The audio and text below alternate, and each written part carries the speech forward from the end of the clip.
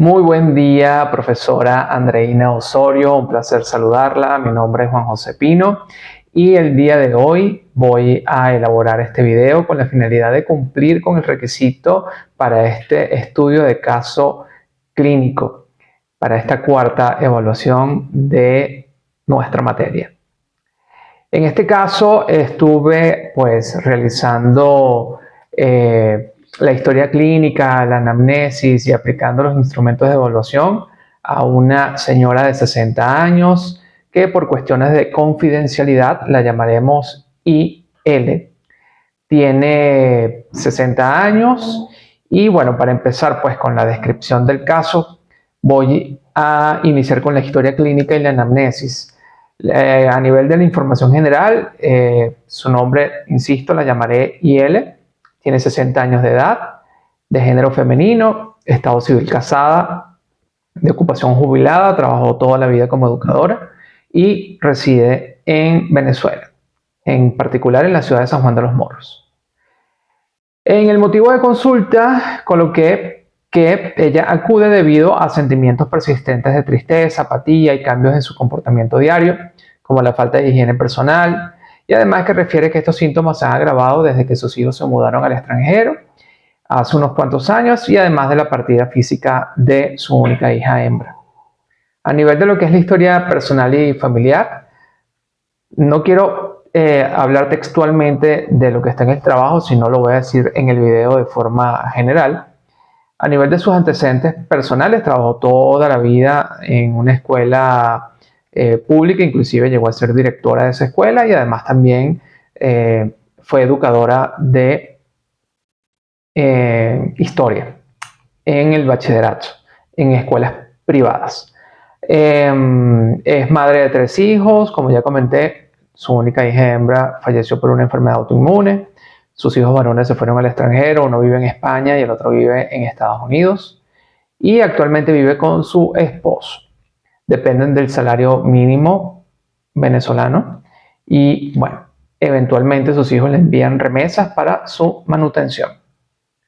A nivel de la historia psicosocial, la paciente indica que se siente un poco aislada desde la emigración de sus hijos, que también tienen nietos y por supuesto ella no ha podido obtener acceso a ellos. La relación con su esposo no ha estado en sus mejores momentos. Ella también me manifiesta que eso puede deberse al estado de apatía, de tristeza por el que está transitando.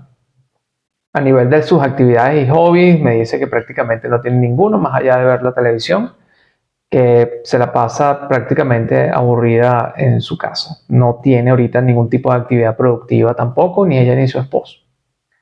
A nivel de lo que es la historia médica, me manifiesta que tiene,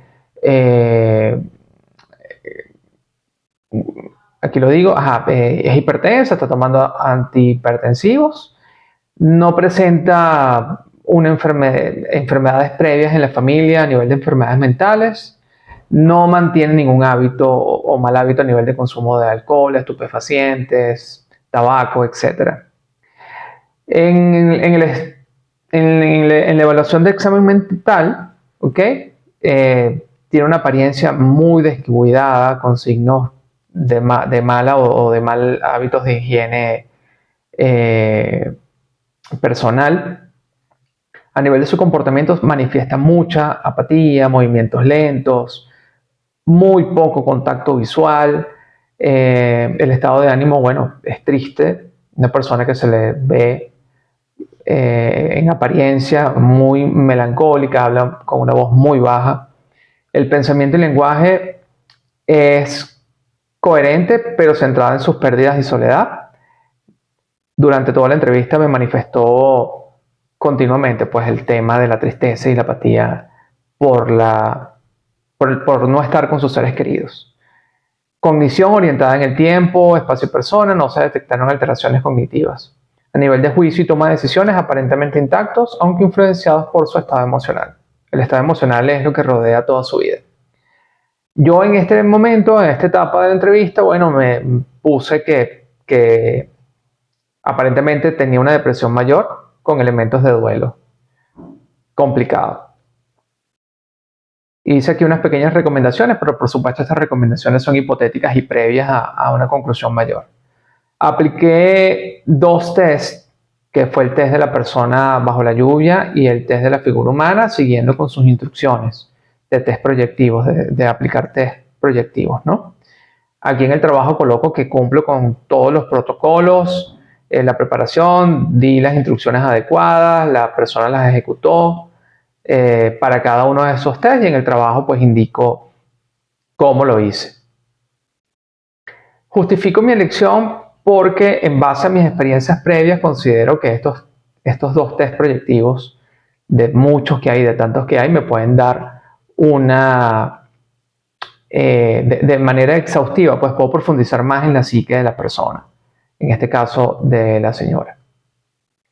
Analizando los resultados, te puedo indicar que con respecto al test de la persona bajo la lluvia, bueno, creo que es muy evidente que el dibujo señala una percepción de vulnerabilidad y una lucha contra las adversidades que son muy abrumadoras. Hay mucho gris en el dibujo y lo que es los detalles de las nubes y de la lluvia son inclusive mucho más fuertes que el propio dibujo de la persona. No hay ningún tipo de paraguas, o sea, tiene muchos detalles que indican que realmente pues la persona está enfrentando una situación de soledad y de pérdida fuerte, ¿no? A nivel de la figura humana me sorprendió muchísimo porque el primer test, que fue el test bajo la lluvia, le puso muchos detalles.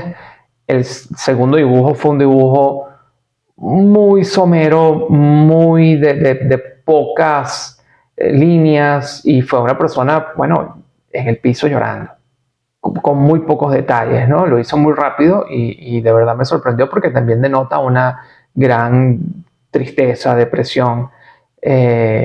Inclusive, bueno, yo coloco en las descripciones que en base a eso creo que es recomendable hacer una intervención psiquiátrica, pero eso lo coloco en el informe, ¿no? Que es lo siguiente, aquí coloco los detalles breves sobre la persona, coloco una vez su información de identidad, el motivo de la evaluación, las técnicas que fueron los test proyectivas, las pruebas proyectivas, pero también la entrevista clínica, que es parte de las técnicas e instrumentos que se utilizan, ¿no? Y a nivel de los resultados, coloco lo que concluí en la entrevista y en los 2 tests. A nivel del diagnóstico, aquí sí le puedo decir que me compliqué un poco, porque cuando cumplimos con los manuales diagnósticos, por supuesto que hay que cumplir, o sea, la entrevista y la aplicación de los test proyectivos creo que poco pueden ayudarnos a generar un diagnóstico exacto sobre la situación de la persona. Yo creo que para poder generar una impresión diagnóstica real hay que aplicar otros instrumentos. Sin embargo, bueno, mi diagnóstico, por eso lo pongo como diagnóstico provisional, basado en el DSM, es el trastorno depresivo mayor. A nivel general no lo especifiqué, por eso coloco el 296.xx, que no lo estoy especificando porque con el test proyectivo no llego a saber realmente pues qué tipo de trastorno depresivo mayor tiene. Y coloqué sí el trastorno de adaptación con estado de ánimo depresivo. Creo que sí se cumple con todos los criterios en ese sentido, pero insisto, es diagnóstico provisional. Al nivel de las recomendaciones, indiqué que se recomienda el inicio de la psicoterapia centrada en el manejo del duelo y la depresión. Se sugiere también una evaluación psiquiátrica para considerar la implementación de un tratamiento farmacológico si se considera clínicamente apropiado. Coloqué una pseudofirma, pero bueno, mis datos están allí, y los anexos. Así que bueno, profe, espero haber cumplido con lo que usted solicita y exige, y como reflexión le digo pues que realmente aprendí muchísimo en su materia. Muchísimas gracias por habernos acompañado este trimestre. Chau.